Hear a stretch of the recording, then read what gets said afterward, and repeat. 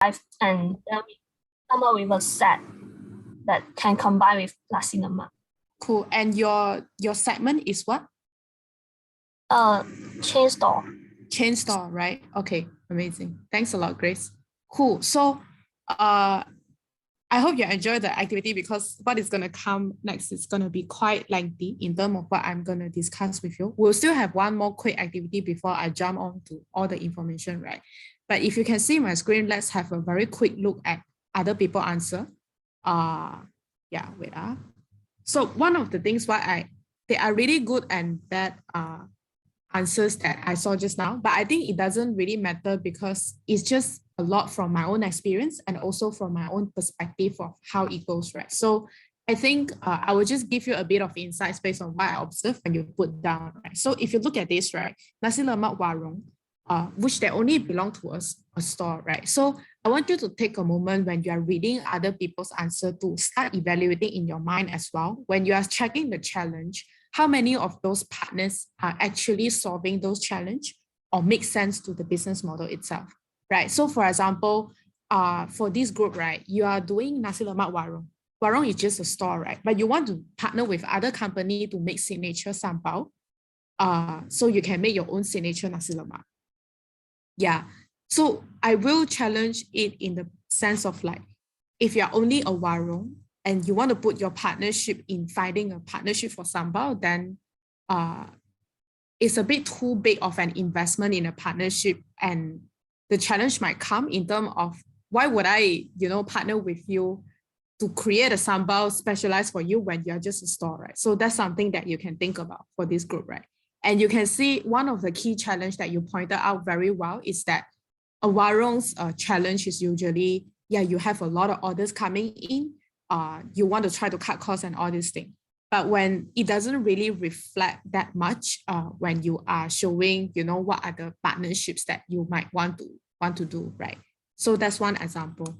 And then this one, just now, there's no one in the chain store. And if you look at frozen food, right, this is similar. I couldn't find a very strong relation between the challenge as well as why you put those B2B partners, even though I do think some of the partners are very attractive. Airline and train service, I think that is very super unique, the idea, bundle opportunity as well. Maybe that would relate to your limited market pain point. So that could be one, because just now I didn't see the airline and train service yet. So I think the next one, if I go and see all this, right, for example, they are quite, focused. They just choose all the food, delivery service provider. And then the challenge they put are more of the common restaurants or F&B that they face. So this is also very interesting, nasi lemak chain store. Very holistic. You even think of POS software, joint venture partners and all. Centralization and standardization training SOP is a very good insight. I don't know, maybe some of you do internship in F&B industry before, is it? It's true that's one of the hardest, most challenging part to manage when you have a chain store. Frozen food, this is also quite interesting. Because the hardest is usually in food quality or standards, right? Then they actually look into refrigerated factories, how is the production line and all. But there's no a very deep right or wrong here. I just wanted to kickstart with you on a very quick activity for you to, get the juice or get the language of B2B. What are we going to discuss today, right? So I think all of you, based on the exercise that you have done just now, you have a very great language of knowing what is B2B already. So I don't see a lot of newbies here where they are like, hey, I don't know what is a B2B or the difference with B2C and all, because based on the exercise you did just now, it was quite beyond the normal standard answers that people will come up with, right? So just to draw you back to basics, very simple one, B2B or partnerships, a lot of the time, it simply means business to business. Why I added partnerships apart from B2B is because in either context, you are not really B2B, right? Not that much, because you have a lot of partners that you are not doing business with them, but they are your strategic partners, right? So the key things that I want you to remember when we start this session later is that we are working with an organization instead of an individual. And the natural language that we should have in mind when we are doing this kind of partnership with organization is to always keep business model canvas engraved in our mind.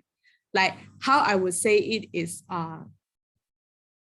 it almost is automatic for me because I've been in partnership for quite a while, right? Whenever I meet, like, let's say my partner, who I'm going to initiate a new conversations to start thinking even about what kind of partnership we can do. The first thing I screen through is, who is their target audience? Who do they serve? What is their value proposition? What is their business model? How do they get costs? How do they spend? What is their marketing channel? You know, you just screen the entire business model straight away because you need to map your own business model with them later, which I'm not going to touch very in depth here because you're going to have a session tomorrow that's going to go deep into what is the business model canvas, right? So if you don't know about this theory or you're not familiar with it, a simple trick for you to start practicing is from now on, whenever you go into a restaurant, this is how I started when I was in LC. Whenever I go to any place and I sit down and I want to start buying things from them, the first thing I analyze is what is the business model of this shop, right? Like when I sit down, I will check their menu. Yeah, they're not that focused because they want to sell everything. You know, they sell noodle, they sell rice, they sell Western food. Then their target audience, maybe sometimes they don't have a very focused target audience. They just want to sell to everyone. Suddenly they sell a Chinese Wadan Ho with Tom Yum, Thai seafood, and then Pad Thai, for example. Then you know this kind of restaurant is usually not that good, right? So you can practice from small. And the more you practice, the more sharp you're going to be.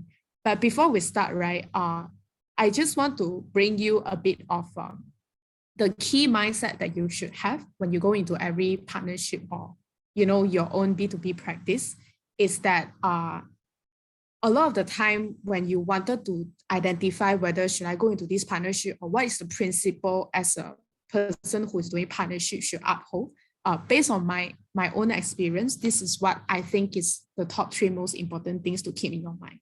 So first is that you have to bring values for mutual growth. And the word mutual is super important. Not your growth, not the partner's growth, but mutual growth. If it's not a mutually added value deal, usually it's not a good partnership. You need to align priorities at both sides. What it means sometimes you think they are important to you, but you're not important to them. So your timeline will mismatch. Because you are so urgently needing your partner to fund financially, join your project, whatever. But if you are not at their priorities, you simply won't be able to have the partnership realized because both of you are not equally important to each other. Or your partners are less important than, you know, whatever priority operations or things that you have. So you have to make sure when you are doing a partnership deal, both of you are at the equal priorities of each other, right? And the ability to cultivate strong relationships. So if I go a bit more details is every organization exists to play a role in the society, right? So even for a nasi lemak, they have their own vision. They wanted to sell the best nasi lemak to Malaysia, protect the culture of Malaysia, whatever. I put it in a very fluffy way. But the thing is, when you go into a partnership deal, you have to realize your primary objective should not be closing deals.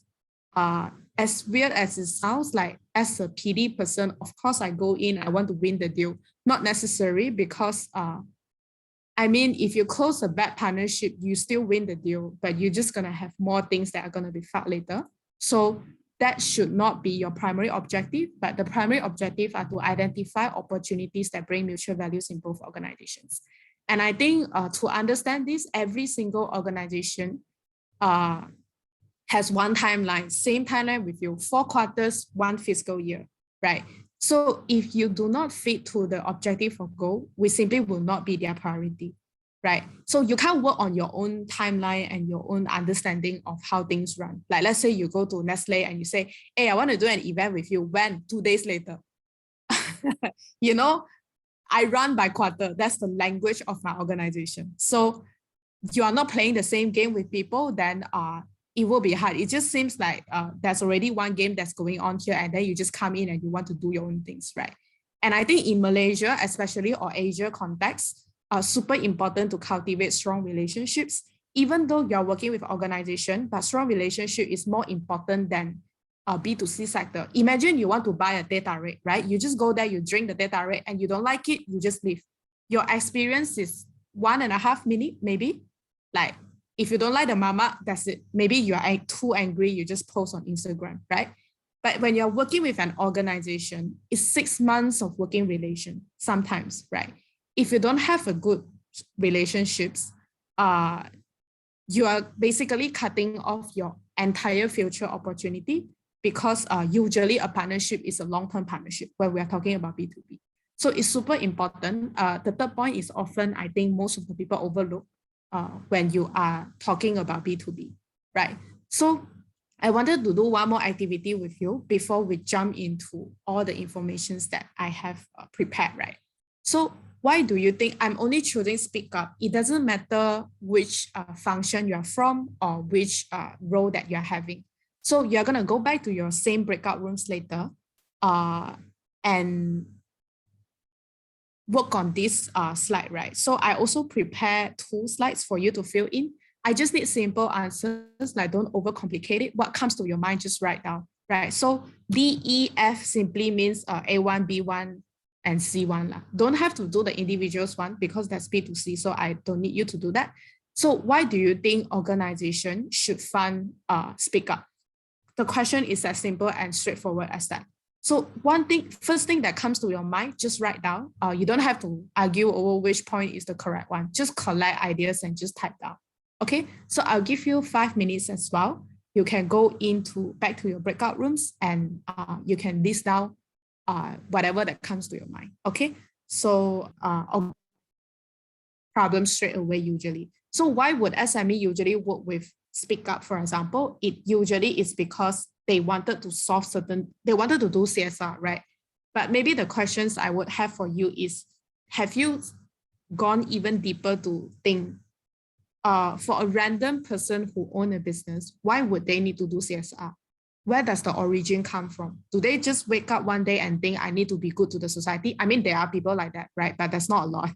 Definitely not a lot in the society. And that's also not how the SME is regulated, right? So you might want to question more, and then you will start doing research in the right direction that will help you to understand what is the root reason why people would want to fund your project, for example.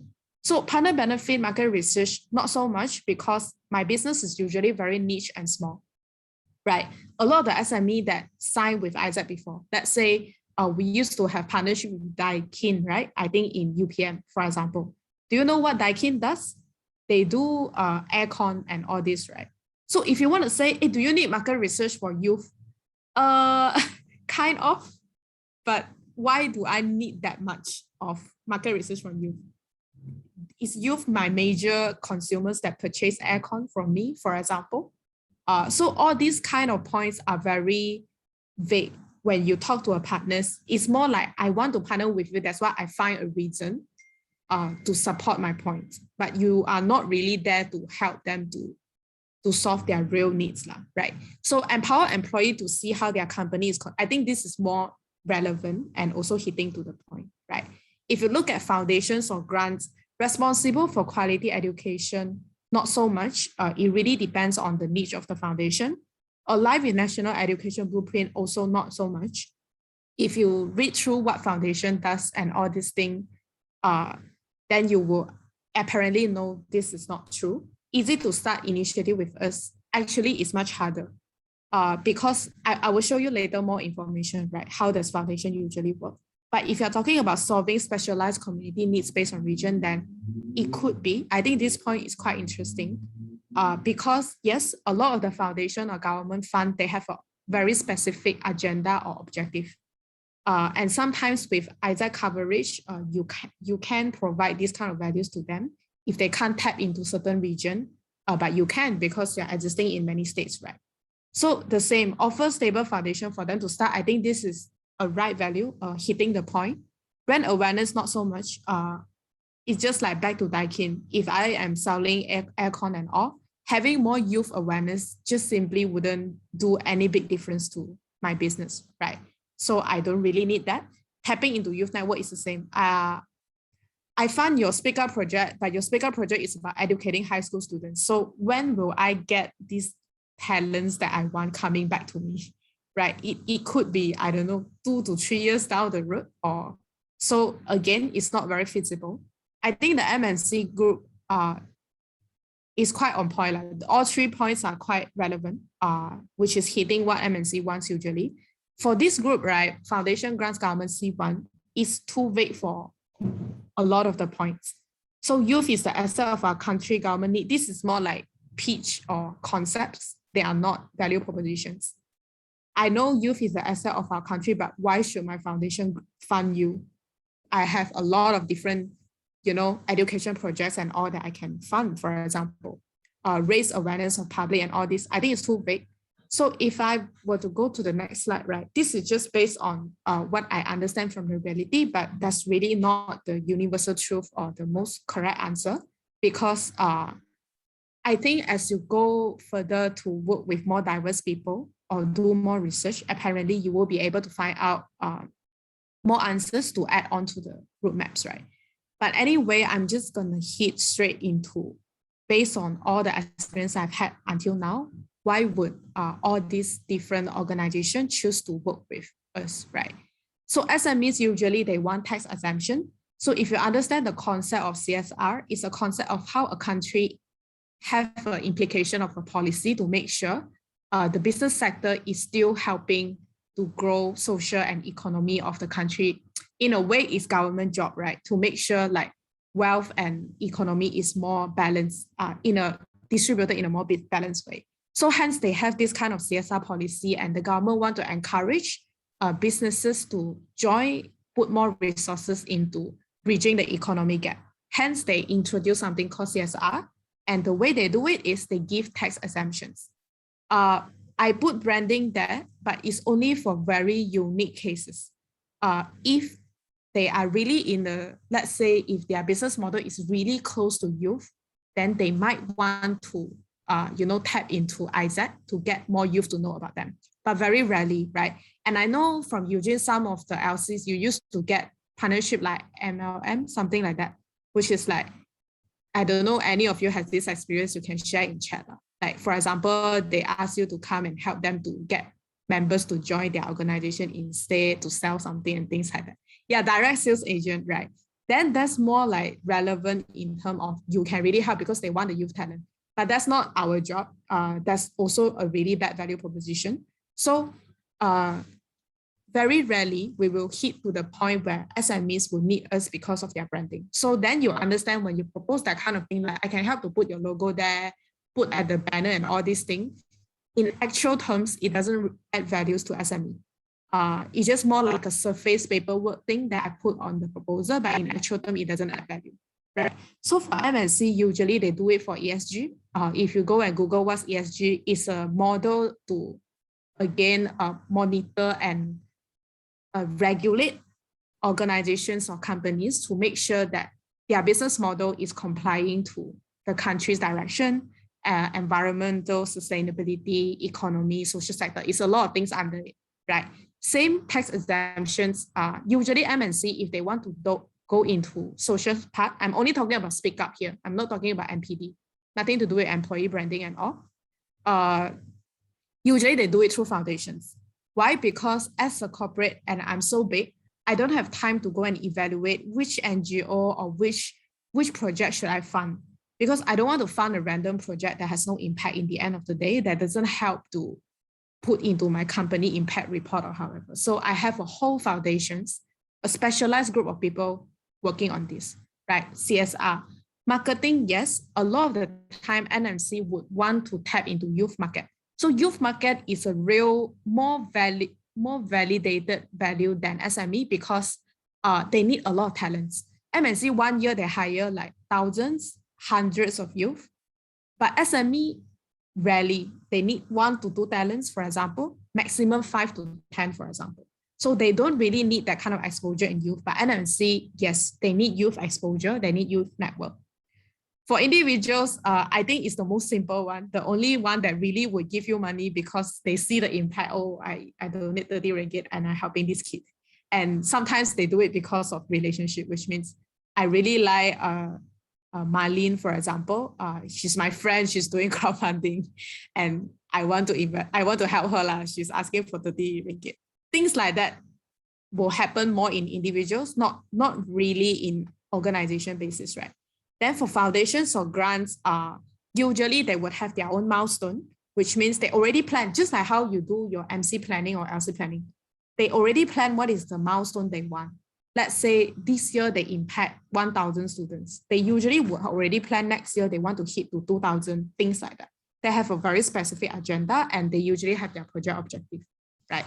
So up until here, anyone has any questions before we dive even deeper to the details? Yeah.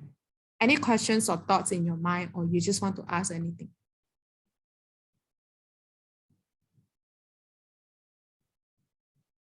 The rest is cool. I'm not too fast, right? Okay, cool.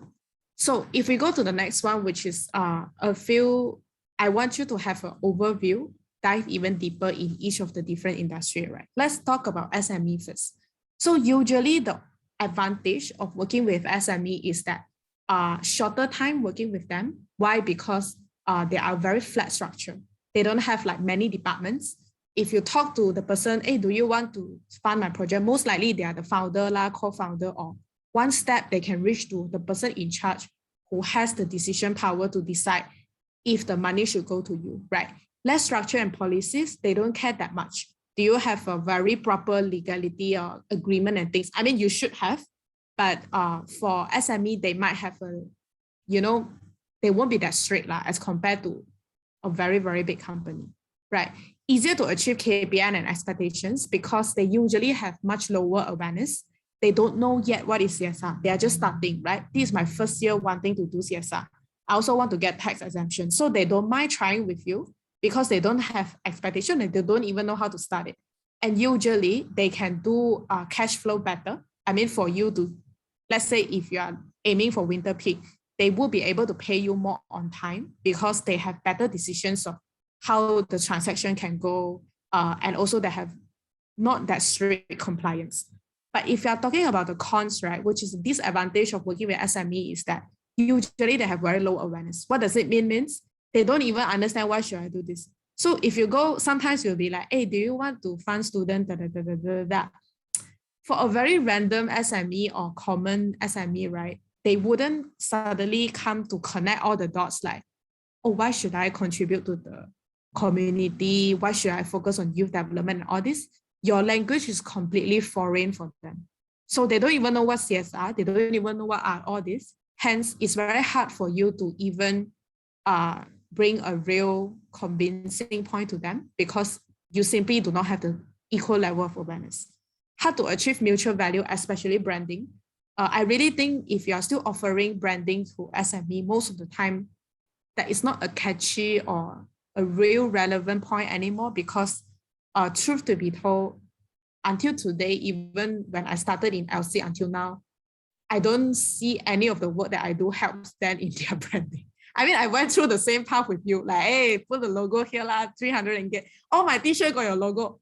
Sometimes when I think back, I don't know what's the logo for. Like, it doesn't help to boost their business, to be honest. So sometimes I think they do it because they just want to give you a favor. You are just young people, right? But honest conversation is, it doesn't really bring much value. So I put a do more research there because I think you have more experience working with SME than me. You really need to reflect back with your real conversations before.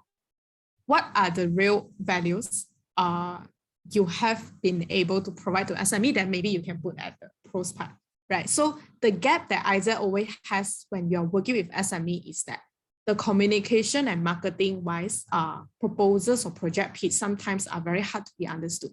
So in this case, we always like to say when we work with companies, hey, what if our proposal or report is not professional enough?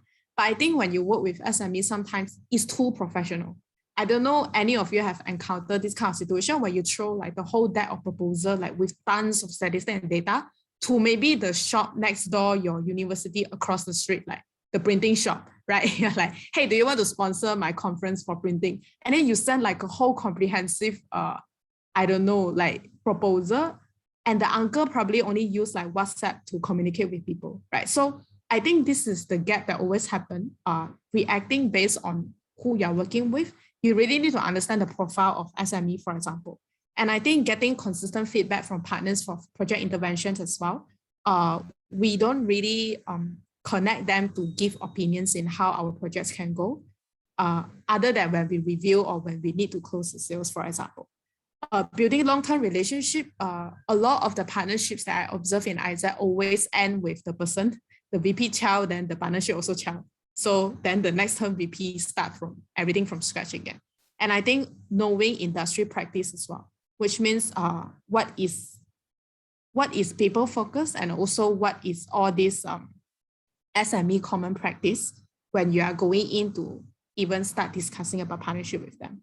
So opportunities or questions that you can still look into is how many sales won from IZ in Malaysia comes from SME. Like, do we know that? And if we know, 14 LC is a lot, how many of those sales won actually originated from SME? And do we know what makes those sales won happen? How do we amplify what's working? And have we interviewed people who close with us and people who rejected us? What is the reason? And how much are they comfortable with? I think this is a question I don't know, but I'm very curious, which means usually when SME fund you, how much are they willing to fork up for their budget? You know, a business model, right? Every year they have budgeting, just like your LC, just like your MC. So if they already budget, like let's say this year I can only spend 300K, then you can't suddenly go to people and pitch a 50K portfolio, right? Because I only have 300K including my business operation. I give you 50K. Is that even relevant when I report to my boss? Like, why are you spending 1/6 of your budget helping a youth organization suddenly, right? So that's a very simple logic to think. But what is the range that people are comfortable to put in? 2K, 3K? If you already know that, every time when they come to you and ask, like, what are you expecting us to budget and all, then you will have a better proposal or benchmark to start discussing instead of just throwing out the number without any logic, right? So this is more of what I observe as of the reality of SME, a bit more on the industry insight. And I just want to give you some of the examples that I know are example SME just for you to visualize. Like, let's say I know Daikin worked with us before. I also know Optimax from some LC. So this is how it looks like, the kind of CSR that they are more willing to invest in. Usually SME, they really like one-time thing, one-time off, which means like, donate, like donate like $500, then they take picture, then that's it, right? But it doesn't mean all SMEs only like to do this kind of thing. You have more SMEs that are more aware now. They also want projects that are more long-term, that are more impactful, like Speak Up. You have a continuous impact and all these things. But why I'm showing this is I need you to know this is the common practice. They like one-time thing, they like publicity. So you can see all the picture is always like this, like the Daikin one, sit together, thumbs up. And then they like to take a lot of pictures and all this common practice. Doesn't mean you cannot change, but this is just industry, what is happening, right? Yeah, a lot of donations, a lot of short-term CSR. Okay, so up until this point, before we move on to the next part, anyone has questions or any thoughts you want to add? Those that have experience working with SME before. Let me see the chat. No questions.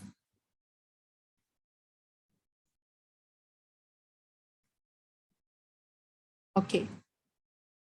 Then we will move on to the next part. But I will challenge you to challenge me a bit, which means don't just receive all the information, because as I keep mentioning, it's really not universal truth, because this is from one person experience. So if you could have more challenge, like more questions to fight back or to think, right, then I will be able to know of your context more, right? So the next part is MNC. The very interesting part, because I also heard from Eugene a lot of the time, some of you are very interested in getting MNC partners because thinking that they have more funds. To be honest, my experience is there's really lesser budget in MNC sometimes because they have a way stricter control of their budget as compared to SME. So process, you can, once you form a long-term relationship, you can maintain it more easily. And then partnering with them add more value to your brand because they are big, easier to talk about mutual values in branding, right? As I said just now, because they need more youth exposure and they have a very high awareness on what is CSR and all these things, so you don't need to explain much. But the cons is cash flow. If you have talked with your MC before, you know how long it takes for money to come into your account. It's very long, can up to half a year. So usually for LC, it's not quite recommended because by the time the money comes to you, I don't know if you have enough cash to turn around, right? Very bureaucratic and complex decision-making structure. When they say, I will get back to you, right? They probably need another 2 to 3 sync-ups or internal meetings before they can make a decision with you. So the common timeline is 3 months for them to come back to you and make a firm decision. Yeah, like 2 to 3 months is very common. For some, you can go to 5 to 6 months, right? A lot of policies, high standard of KPI, ROI expectations.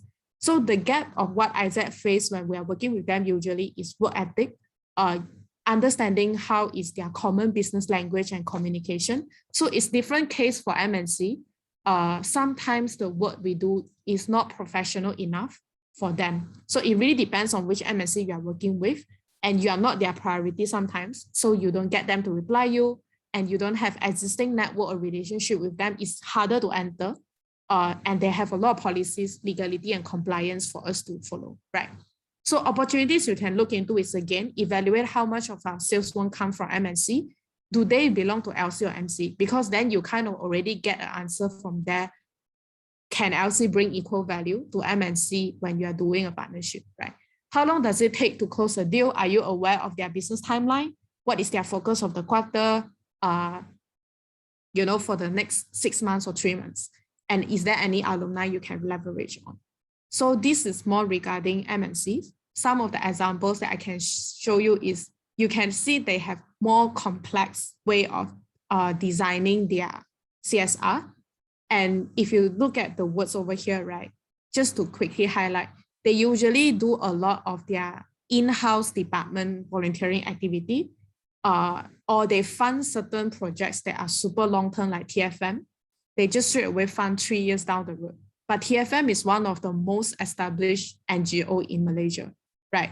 So then you can see the benchmark to enter a proper partnership with this organization is simply harder, and you need a lot more work, right? So that's for MNC. And then for foundations and grants, usually the process is already the right value proposition, like, education, it already fits. Clear objective and outcome, same. Once succeeded, you can have long-term relationship or re-raise easily. They have also a very strong network and community. So once you are in, potentially you can get referral from many different foundations or the group of people they are working about all these things inside, and they have good cash flow. So this is different with MNC because they know you need the fund to run projects. So they have a more proper funding criteria that fits to your project timeline.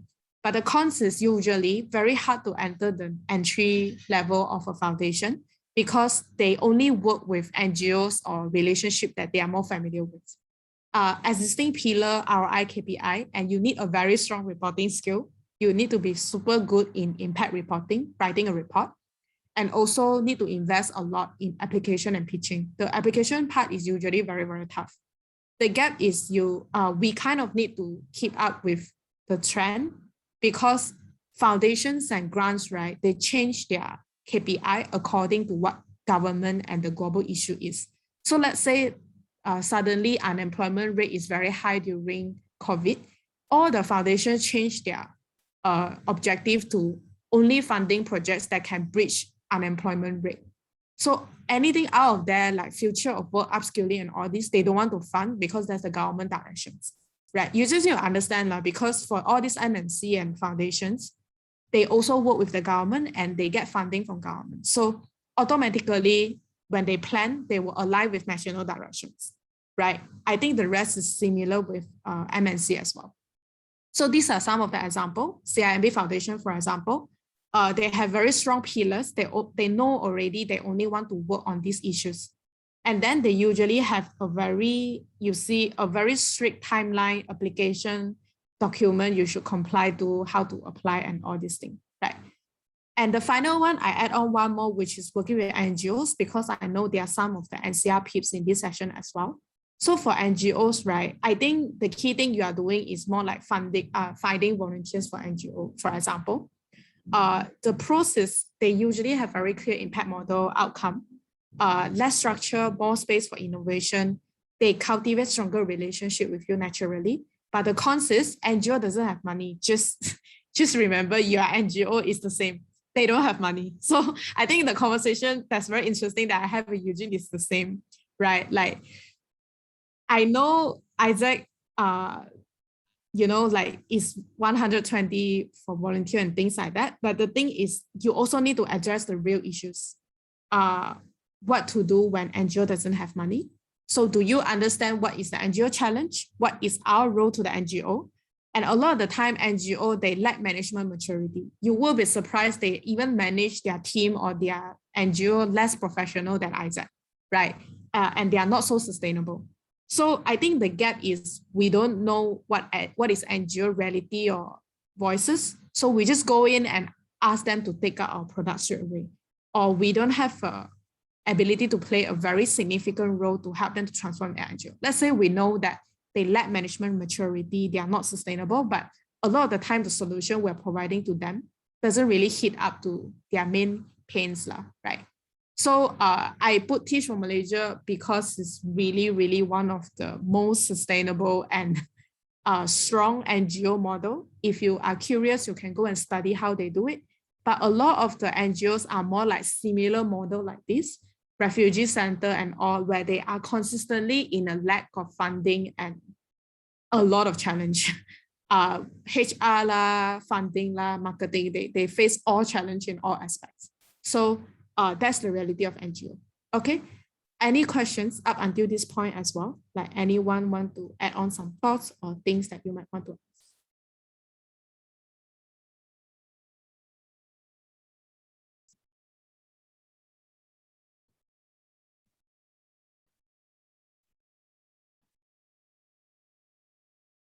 What is +1? Oh, hello. Hi everyone. Yeah, Hi. I'm Chua. Yeah, I'm from Isaac University Malaysia Sabah. And then I've actually got one question because recently we are trying to decide whether we want to partner with an NGO or not. And then the NGO also made it clear like what they want. They want like professional writers to help increase their their SEO on their website. So we already know what they want. And then the question comes is that if they really want to find like experts in this kind of involvement in their NGO, then what value does it add to our volunteers then? Because usually we find volunteers to the NGOs, right? And then the volunteers want to learn something. But if we already find someone who has this specific profile, which means that they are more or less experts in this kind of article writing, this kind of stuff. So is the NGO scale, like is it? Oh, it's small, yeah. Very small, right? Yeah, so do small. they have like a basic of website, social media? Yeah, they have a website and social media. Yeah. Cool. I think, of course, realistically speaking, it's a chicken and egg thing, right? It's also happening in internship. Company wants talent, but interns need experience. So it's a never-ending conversation. It's the same in volunteers. So I think, of course, what Isaac can add values here is that I can provide you, it depends on how you want to scope your projects. Let's say I want to provide you 2 volunteers, but before that, the volunteers already work with us to learn digital marketing or train for maybe 2 weeks before it goes into doing it. Or to set aspiration with the NGOs that, 6 weeks down the road, we want to make sure that you have a very clear milestone. The interns will complete website build, they will complete this digital marketing campaign and all this. Then from there, you make sure it's just like how you run your, what is that called? IGV projects, right? When you want to start speak up, it's not like you have a lot of experience in teaching, you also don't have, right? But what you all did is you partner with TFM to learn how to teach. Then you train the volunteers, then you go in. It's the exact same process. And that's a very good question and a good point, because that's also what I told Eugene.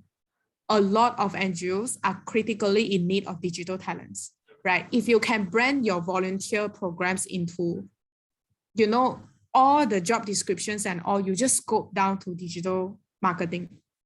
Then you can collectively as LCs do a lot of things. Why can't you train your volunteers, all 20 of them, before they go into all these different NGOs to do social media? And you guys are already good at it because you run digital campaign yourself, right? Look at all the fancy designs that you have, and my slide is looking so ugly, right? So it's not, I don't think so young people today don't know how to do digital marketing. I think definitely everyone knows because you all do social media, right? So I think no need to dwell too much on whether they are prepared, but as a person who's in the middle, you just need to know how to manage expectations, timeline, and deliverables. Yeah. I hope it makes sense to you. Yeah. Okay. Thank you, Veron. Sure. No worries.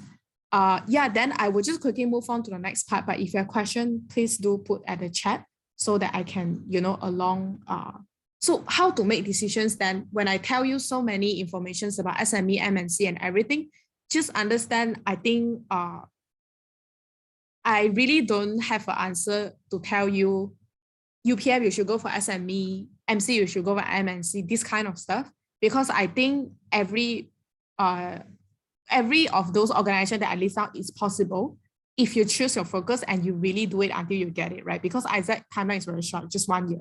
So while you're making decision, you kind of need to pick one that can fit into your timeline. You have 2 weeks, 4 quarters. And then after understanding how long it takes for MNC foundation, all these different things to make decisions, then you just need to plan according to it. Then which one should I go for, right? Goal, I think is super important. Know what is your goal, total sum that you need. For example, if you know one peak, you only need like 5K, you really don't need to find like 8 or 10 partners. You just need one. If one partner can fund you 5K, your goal is done, right? And so be very realistic to understand where are you distributing your goal? Which gap are you confident to bridge?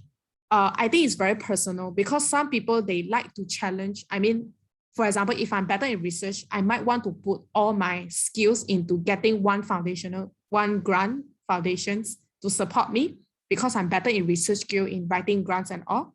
But I'm not so confident in talking to SME, for example. So there's really no one way to go around it. But if you're confident and you think you can do that, then just go for that, right? So, but also decide what is your long-term win or short-term win? Because if you go for certain like MNC or foundations, then you might need to expect like longer time for ROI, right? Okay, so I think that's just it, the most heavy part of the sessions. I'm gonna rush through a bit because I'm a bit running out of time. So this is the second part, right? A lot of the things that I told you just now is regarding business model, industry insight, what's happening in the industry and all. But more than 50%, I would even say 60% of your success rate come from the person that's working with you. Not your teammate, but the person that you are directly dealing with, which is the one that you're pitching to, right? So let's take a very quick look at this profile. Example, SME, I just choose 99 Speedmart. Let's say for MNC, I choose someone from PwC Foundations, I choose someone from Hong Leong Bank Foundations, right? So a lot of the time when we greet people or when we want to start a partnership conversation with them, what do you have in mind usually? What will be the thing that first come to your mind to understand them? So everyone, maybe you can put some thoughts in what is that in the chat so I know what comes to your mind usually. So I say, let's say I say, what's that? Raylene, go and approach Salma and talk to her. What is the first research that you will do or try to understand? Yeah. Whatever that comes to your mind, you can put on the chat so that I can know what is in your mind. The past experience, more like the jobs that the person had before, right? Anyone else, the rest? How are their business? Okay. How do you know how is their business currently doing? By the way, you can't go and ask a person in a big organization, especially SME. I think sometimes it depends on people. You can't ask them how is their business doing. They won't tell you. It's very sensitive, this kind of information, because it will affect their stocks. Stock their posts. Yeah, but when you're stalking their posts, what are you trying to understand? Anyone else? The rest?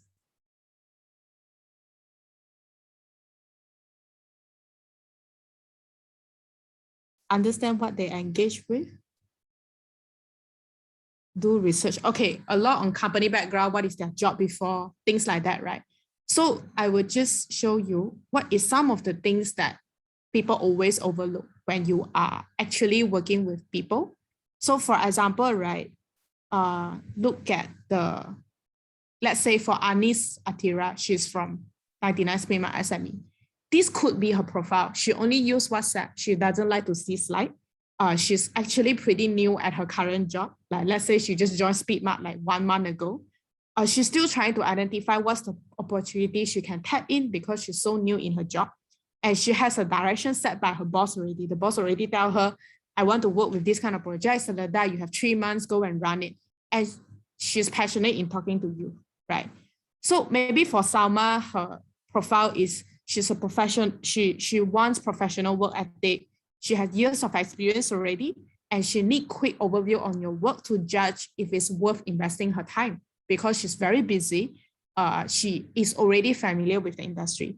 And a lot of the time she needs to discuss with management for her decisions. And she prefers a 9 to 5 p.m. communication because that's her working hours. And also usually in Monday, she will be extremely busy, right? Then let's say for this guy, Suresh, he has heard of Isaac. He's looking to upscale their current Hong Leong Bank Foundation current portfolio project. But also when he make a decision, he needs management approval. And he's looking for education projects currently to expand his portfolios, right? So the thing is, a lot of the time, these characters or personalities will affect in the end your result of the partnership much more than their previous job experience or even their company background or values. Values, unless you're talking with people that are super long in the role, or else it's very hard to straight away connect with people on values unless you have known them for a while, right? So when you see this kind of profile, right, what comes to your mind in what is this information going to do for me? Then how are you going to adjust your approach to them? So I will maybe ask Felicia. Okay, Felicia, right?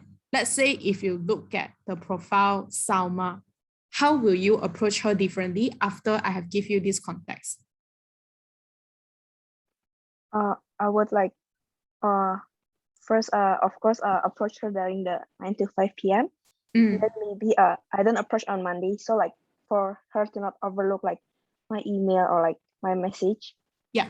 And then I would write a more professional, especially if I write on LinkedIn, maybe I can write a more professional message also. Yeah. Cool. And also probably, I think that's very great points. And probably another thing is I wouldn't send her a proposal at all before talking to her because she's very busy and our proposal is usually very long, right? So I just want to get a quick heads up. 1 and 0. 1 means you have done this before. Like in your own experience, you already know about this and you are already practicing it. 0 is like, I don't have awareness about this. Can you just put at the chat so that I know the reality of like,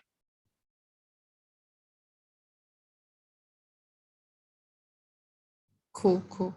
So I think that's a very, good insight for Eugene as well. I think just to identify what's the trigger, right? So a lot of the time, it's really not something as complicated as how to understand the company annual report and all these things. It's really the foundational basics of how do you start building a working relation with people, right? Because simply you WhatsApp them at the wrong time, you don't speak their language, people are so busy day to day, they would just have you, pass through the door because I simply do not have time to even start talking with you. I don't even know about Isaac yet, right? I'm only stopped at because I don't understand the email or the WhatsApp message that you're sending, for example. So key things to look into here is you need to understand their personal agenda, their objective or needs. What is their personal agenda means whatever you do in the first part of the session is their organization agenda. Let's say today, Maxis, I want to invest in education project. My boss say we want to change how education is run in Malaysia in the next 10 years. As an executive in I don't know which department, do you really think they will care like what the biggest boss is talking about? They will not. What is their personal agenda is in Monday, their manager tell them, hey, you know what, this week, this is your priority, just like your member. Then they're going to fix their head thinking about what should I do so that my boss will feel happy about what I'm doing and I work. So when you want to start a conversations with them and all, you need to know their background first and understand what is their personal agenda. So for example, in the first person that we're talking to, Anis, her personal agenda is she's new at work. She's new, means she doesn't know Speedmart that much yet. And the good thing is she's looking out for opportunities. So you have a great chance of talking to her because she's also looking for opportunity. So the harder one to talk to is actually Salma because she already knows what she wants and her priorities. So she probably will not even want to start the conversation with you, right? And for this guy, Suresh, even though he's also experienced, but good thing is maybe he heard of Isaac before. Then you have a slightly better chance to even start the conversation with him, for example. But do bear in mind for Salma and Suresh, or even for Anis, when they make decision, they are not the decision maker. So when you pitch to them and all this, you just need to keep in your mind that you need to help them to get through their management to approve your project as well. Not just them that accept your idea, but most importantly is their management will accept your idea, right? So you need to understand how to work with them, what is the common language and practice they have, and understand what values you can really add to them on the personal agenda as well, not just for organization or for your own agenda, right? So example, I know that a lot of the time in Isaac, we have all these templates, like cold call, you talk about this, email, you send this and all. We all know humans are different, but why are we approaching people in one way? Because the moment usually I open an email and I see a template, I will skip it because it's a sales pitch, right? And I don't have time for a sales pitch. So just put yourself in the shoes when you are working. You also don't like people to do sales pitch with you. Every credit cards person that's selling in the mall, they say the same sales pitch. Hi, we have a free gift for luggage. Are you interested in blah, blah, blah. What you do, you skip and you go away because it's so autopilot that you know it's a sales pitch. So don't go with the same thing. I'm not saying like having this kind of content is not good. I think it's a great effort. You have something to start with, but I think you need to be a bit more customized or personalized when you are approaching with people, right? So don't use the same template to approach people without seeing your unique role or contribution to them. Don't take time to understand. So in your first meeting, right? Usually I rarely talk in my first meeting with client or partners, unless they really ask me and I need to explain. I will spend at least 50% of the time, drafting the question I want to know about them, and also finding out if they really need me. That's the fundamental. If they don't need you, just go find a next person, because it's really not going to turn out well. You can't force things. Like if they really don't need you, don't keep saying your business model. But you can get talents. Like I told you, I don't need talents right now. But maybe you can also do this and that, right? Like just skip that and go to the next person. Find someone who really needs you, right? Try to convince people when you can't convince yourself. So this is always happening in Isaac. I always get, last time when I was MC, it's the same. I always get my NCR people kind of tell me, hey, why do we charge NGO and all this thing? I mean, we used to have the reality of it. I'm not going to dive deep. But the thing is, if you have the doubt yourself, they usually don't go and figure like, hey, I also questioned this when I was in LC, right? Like, hey, why NGO should pay us for volunteers? But when you have that question, it's great that you have that question, but the solution is not to ask MC about it and tell NGO, hey, you still need to pay us. The solution is you really need to understand inside out, why is there a fee and why do you need to charge that? Until you can convince yourself and understand that you are making the right decision, then only start talking to your partners about what you believe in, right? And take shortcuts, right? Do things without understanding why. Follow the SOP, like step 1 is to send this email. Step 2 is to do this call. So after you do like 30 times, there's no leads that is converted, then you ask VP, hey, I already done all, but why are they not converted? So don't go with that kind of approach, but be more proactive in really understanding why each step is designed in that way, or why do you do what you do. And do not maintain real relationship means not all of us is like this, but sometimes I also did this before, like never talk to the partner in entire life, suddenly appear because it's re-raising period, right? I want to raise a new deal, suddenly go and talk to the person. It's not nice. People don't like that because you are not cultivating a real relationship, right? So what you should do, focus is that reflect and think before approaching. Am I solving their problems? Listen, understand, ask more questions and identify needs. See them and work with them as people and observe their character. Like what I told you, Anis don't like slides, she prefer WhatsApp, she prefer calling, and all these informations are super important when you work with people. So this is when you see them as people, but you don't see them as, oh, I need to close this deal, that's why I need to talk to her. Okay, and establish your own values and principles.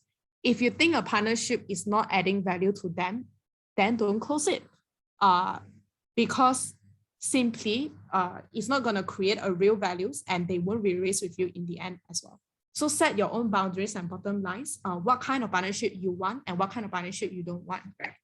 So why adding values is so important to people is because why adding values to people is so important is because why I mentioned is 60% of the success rate. You can have the best business model that I told you in the first part. You hit the values right, you do the right research, you have such a great idea, you know the problem can be solved. But if the person that's working for you don't want to do you the favor, you will never be able to knock the door back. If you go and say, hey, can you help to propose this idea to the management to even discuss? If they say no, you are simply just there. You will not get your idea across. So never talk to partners and only contact them when you do sales. Do not transition your relationship properly. Try to save people's time. Spending effort and mental energy to even understand what Isaac is doing is also an investment for them. And don't use internal language as well because they don't understand. There are a lot more different small tips that I added. But when you start doing, then you get back to the slides, then you will understand. Okay, so I'm not going to spend too much time over here. So in the last part, I just want to add very quick one into the reality of what I see in Isaac, right? For industry and versus what Isaac is doing now. So if you see this, right? Okay, so for the report on the left side, just want you to have a very quick glance. What do you think is the problem of this report for project evaluation? This is a report you give to your partners to read, right? So what do you think is the problem? The one on the left.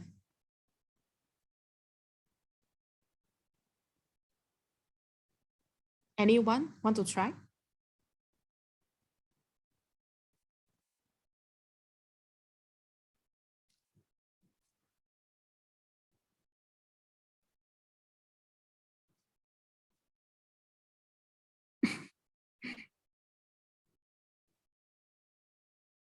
Or MCs want to try? What is the problem of the report? Or you think it's good also can lah. What is the good thing about the report?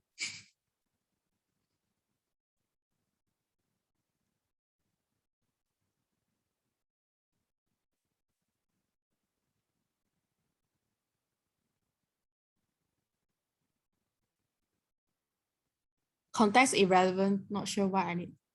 Very on point. I think from Eugene, that's correct. It's too internal, right? Like I used to have with my team when I work in Isaac as well, not work lah, I mean like volunteer or whatever in Isaac, right? My team was we are doing a team review with the company and they were telling like, oh, actually your session, right, that time is supposed to be running at 8 o'clock one, but my team made a mistake. So in the end, we realized when we do that with you, we also have another session going on. All these things, you don't have to enclose. I mean, it's your team internal mistake. You don't have to enclose to your partners because it simply means it's an internal team review, right? Your team has conflict and you didn't coordinate well, but you don't need to tell your partner. Don't even go and tell like my VP and my member always fight. Like this kind of thing, like don't put in your report, like team conflicts, like put it in your report, like stop having team conflicts. But I realized a lot of the time we just copy paste what if our internal postmortem language into our report, which is very dangerous because you need to speak in a way that is relevant to the partner. So another one is like, why Julie? So another one is like this, right? For example, okay, I really love speak out report. I think the design is really great, but this one is a bit of need improvement. Okay, I don't want to be too direct, but this is very ugly. I cannot even read properly. Why is the picture on the right? Like, I don't know, like what's happening with this report? And then, but the thing is, for example, right, if I'm a partner and I start reading a report, okay, I funded you. What should I know? Thank you. Great. Thanks for telling me that. Right. Contents. Great. Suddenly from here, I need to start reading everyone's thoughts about the project. And then I need to start reading what is Isaac introduction lah, what is your vision lah, your Isaac way lah, your culture and your values. Too much, like I already read 11 page. I haven't get to the point I want. Like, so how is your report doing? How's your project doing? I already give you 10K. Like, do you do proper job or not? So this is some of the things of the gap. When you are speaking to partners, you need to know who are you talking to, and also how do you make your thing more hitting to the point. So of course, there's no proper way of doing it. I will show you some of the examples for report I've done in my job before, but I also learned that there's no one way that is relevant to all. So look at this, right? This is the project I run with Microsoft. In my first 2 pages, I already put executive summary, which means my overall impact. How is it, right? How many people join the programs, how many partners and all that we have. But even with this, I got a lot of feedbacks because sometimes it's still too much information for partners to digest. So then when I work with Microsoft and I thought I figured the way for report, then when I work with Hong Leong Foundation, they prefer report like this. You see on the right, no fancy shit, like don't design, nothing. I just want tables and facts, right? And I want straightforward, and I want you to link all my appendix and things. Then I think, you know, when I work across that, I realized the answer is it really differs according to which partner you work with. So you better understand their needs and expectations before submitting. So don't just copy paste on the same template and send them, because most of the time it's not relevant for them to read, right? So it's the same for proposal. I think a lot of you always ask this question, should MC and LC use the same proposal? Should everyone use the same proposal? How long should it be and all? So it also depends. When I was in the social enterprise, when we are writing grant submission, it's really different. This is how grant submission looks like. It's dead boring, it's super long. They have a very professional questions already that you should answer to. Your language need to be extremely professional, right? But when I work in Isaacs, usually MNCs require a very comprehensive proposals, but not in this way. They wouldn't read because it's too boring, right? And when I do research for these NGOs, for example, it's more academic. So there's an entire different practice in that industry. But when I work in Grab partnership, suddenly, my proposal cannot be more than 5 pages. We spend a lot of time revising the proposal because you can only have 5 points. If you have more than that, it simply means you're speaking too much and your points are not important, right? So every industry has their own practice, but the point is better to just ask from your partners instead of thinking how you should do it straight away, right? So I think that would be all. And then a few more hiccups that I observed when I was in IZ last time. Trust me, I mean, it's not like the job that you all are doing is bad, right? I feel like today I talk a lot about the negative things, but I learned so much great things from IZ, but this is just when I work and I look back and I understand where's the gap. So I'm letting you know what exactly is the thing. So work with the right end objective and impact in mind, not just to achieve goal. Super important. Goal is important. I'm not telling you like goal is not important. Like don't have to bother about your goal. But the thing is you won't go anywhere by thinking about your goal, to be honest, right? And wrong priorities. When you go to your partners, don't tell them, hey, please fund my project because my LC need to sustain.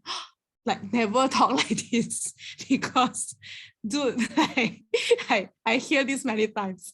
Like it's just weird. Like if I have a burger store, my burger is not selling. Like I go to my customer and say, oh, please buy my burger lah because my burger store need to sustain. Okay, I understand if it's like a unique situation of COVID, then I can give you one time. I can't be buying your burger for your entire life because your burger store cannot sustain. So the thing is the same with your partnership. You can't go to your partner and tell them, please pay my project because my LCVP and my LCP say we don't have money anymore. Like, please don't educate your member in this way.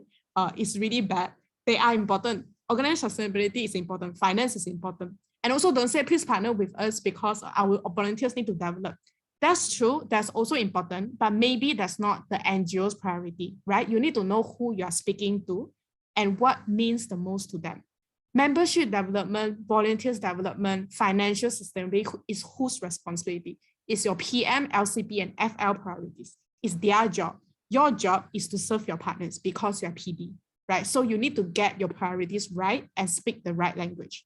Spend too much time in theories and planning and research. Don't plan too much. Attend sessions is fine, but don't just attend sessions, do things. Lacking of curiosity or values to be part of the community, right?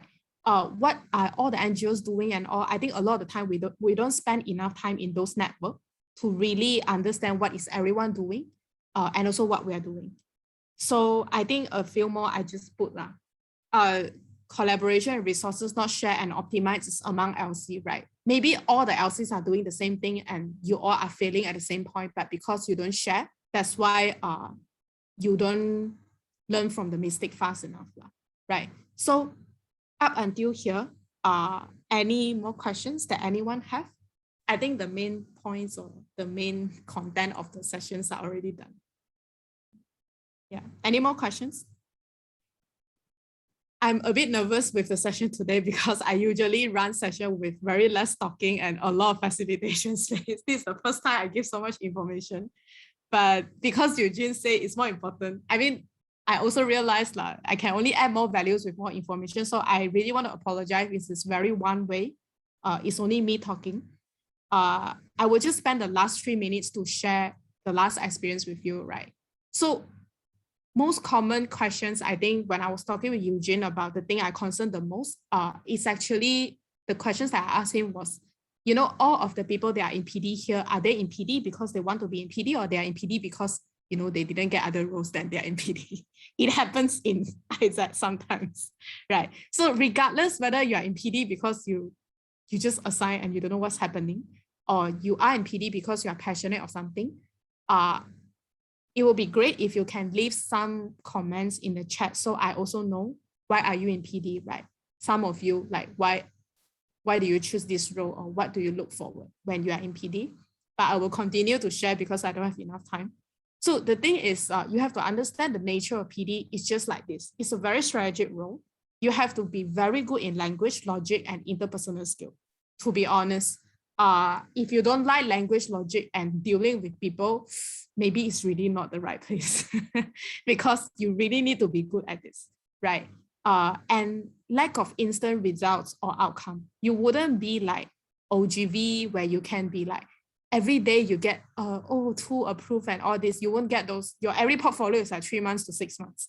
You will have to do a lot of presentation, that communicating ideas, interviewing people, coordinations, all these things that sometimes you'll be like, what is the real contribution or job that I'm really doing? And please expect tons of rejections. That's the nature of PD, right? But what I'm going to share with you is also, I don't naturally join PD. I started off as marketing and product, and why my career path evolved to now I'm doing PD is, I think at one point I started to really realize the importance of partnerships. And as cliche as it sounds, is SDG 17 partnerships and all. But how it really started is when I was in exchange. Back then, we still have like exchange in other country, right? So it's the same experience I had in a social enterprise called BGBG, when I was given a lot of problems that I couldn't solve. And I only have like 6 weeks or 1 or 2 months of internships. And when I realized I couldn't solve them, there's nothing that I can do other than asking people who know how to solve them to solve that for me, right? So my boss, and when I was in exchange, I was put in the equal situation. When I was in exchange, I know that I need to raise funds to build a road for a village when the village has flood. And I only have 6 weeks. It's a bit crazy to think back, I was like 20 years old, how am I going to build a road, right? So that time, the only solution my team can think of is we go and talk to all the different organizations to figure how do we want to do this. And it's the same with the kind of internship experience I had when I was in social enterprise. I think this is the same thing that my boss and my teammate keep telling me. There's no such thing as no solution. So that's my first exposure, getting to know the power of partnerships. And when I couldn't solve things, how I can make use of resources and other power to help me to solve things. But that's very minor, and I don't know the concept of partnership yet, right? Then I think my experience escalate when I had an education project in Sabah. It's the same. We need to fundraise for 75K. And Sabah is a very unique place. I don't know anyone from Sabah here or UMS kid, right? So the thing is, the only tip I get during that time to do a partnership is that I need to go to the kopitiam, you know, those where a lot of old people hang out. I need to hang out there in order to find who can fund us. So all my B2B strategies, like whatever proposal lah, like Zoom and all this fancy shit, it doesn't work there because that's not how people do business, right?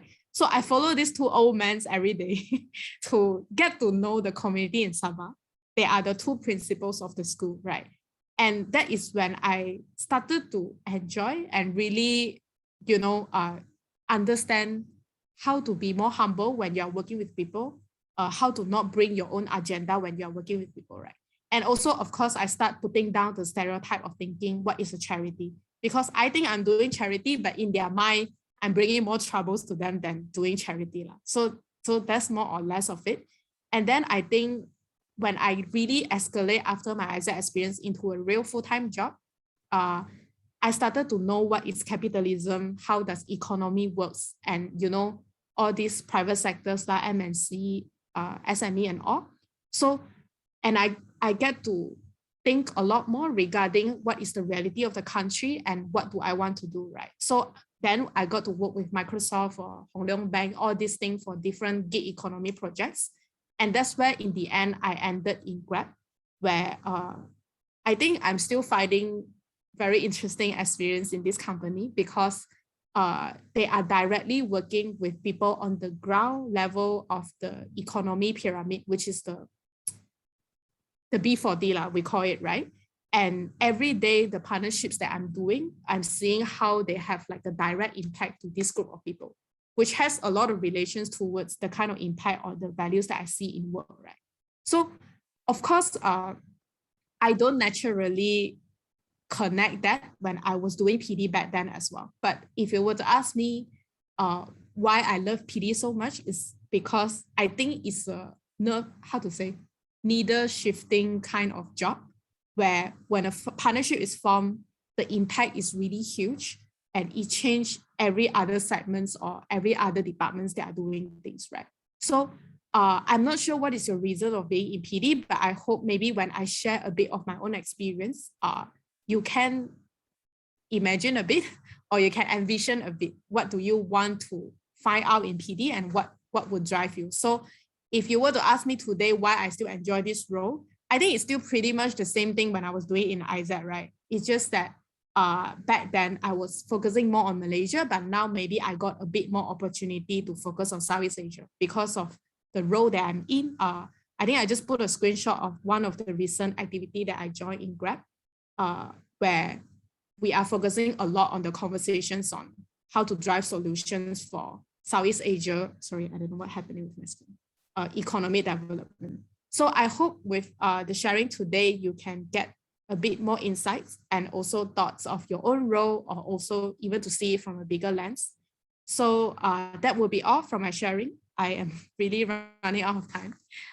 If you have more questions, maybe you can drop to Eugene, then I can still answer you, or you want to text me personally, it's also fine. But I think I will just close the session here before it runs too late. Back to Eugene. Okay, thank you. Okay, thanks, Veron. Yeah, so I hope everyone really got like legit like the title of this session, like industry insights, a lot of the insights. I think especially the how we need to adapt according to different people. I think that was one of the most insightful part. Like, no matter it's when I try run with Veron or right now, like when everyone takes 0,000. Yeah, wow, Veron, I think you got the most thank you today. Okay, so the most thank you. Like that, you get very active. I was very panicked because I to see them, so I don't know what is everyone thinking. Yeah, people open cam.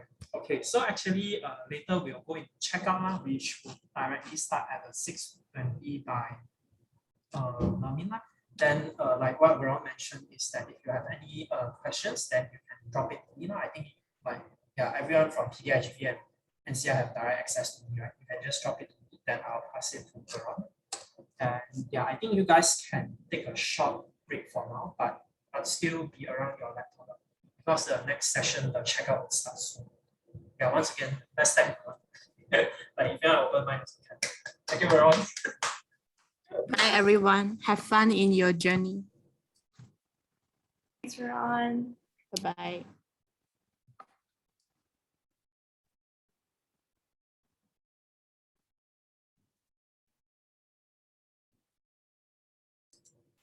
Okay, learning, you are here already, right? Yeah. So we are having break right now, right? Yeah, I think now we are still waiting for a few more people come in. I think I will play a short song, and after the song will directly pass to you. Okay.